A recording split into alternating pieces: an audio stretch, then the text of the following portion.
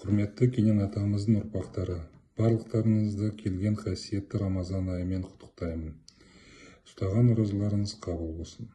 Ал енді биылғы Кенен атамыздың 100 жылдық тойына бастаған Мұхтар ініміз челленджді соны Кенен атамыздың ұрпақтарының арасында жалғастырайын деп отырмын.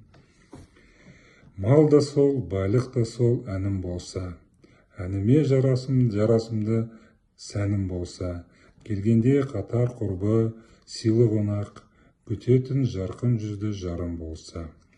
Біледі ме түсінбеген әнім парқын, әнінің естіледі оған салқын. Жүрсемде сабау қамшы салтатты боп, таралған ел ішінде әнім қалсын. Осы челленджді жалғастыруға Айдар ұлыма және Мақсат бөліме жолдадым.